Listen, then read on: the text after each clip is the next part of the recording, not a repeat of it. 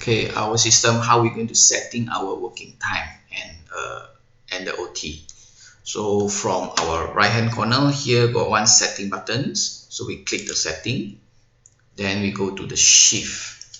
So here the shift schedule we already programmed, and we also can change from here also. Then we go to the we open the shift setting we already done. So from the left is the setting for us to set up their working hours starting from what time until what time. Okay, and on our right hand side there is a break time starting from what time until what times. Okay, so here got 4 columns for them to punch. If let's say they have tea break also, we can go to the tea break here. Then we have to program for the morning tea break from what time to what time, and on our right is afternoon tea break is from what time to what time. So mean that the normal working hours program we can do here, working time and lunch and the tea break. So total got 8 columns for them to punch. Okay, so this is for normal working hours. How about OT? Okay, if let's say we want to program for the OT, then we have to go application. So this is the application, then we go to OT authorization. Okay, so we open up one of the setting here. Normally we can choose auto compute. Auto compute means that after the working hour the system will automatically calculate their OT. Okay, if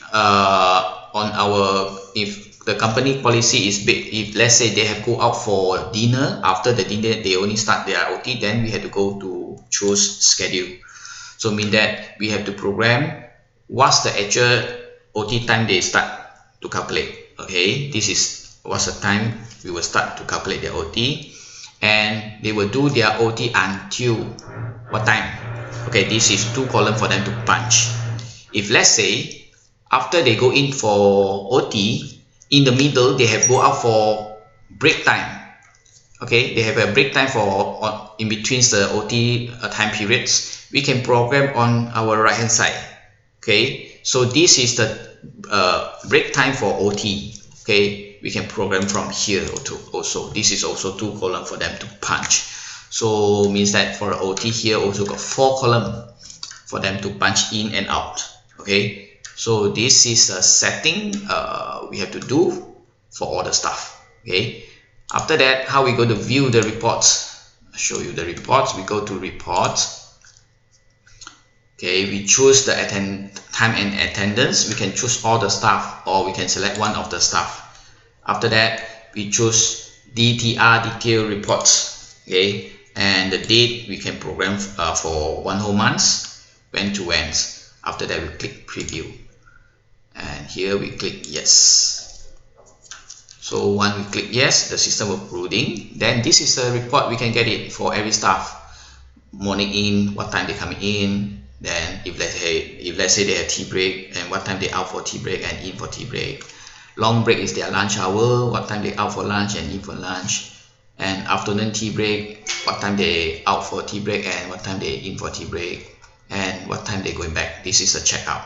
Okay, and OT in, if let's say they have out for dinner. Okay, normally this column number 6 is out there for them to punch out for dinner, and OT in means that after the dinner they coming back to doing their OT. Okay, after that the OT break means that in between the OT time periods, if let's say they have a small break for them, and maybe they go out for eat some supper, then they have to go out, and after the break they have to clock in. So the last column for sure is they are after the OT clocking times to show up on these columns. So this is a total column we can do, okay, for every staff.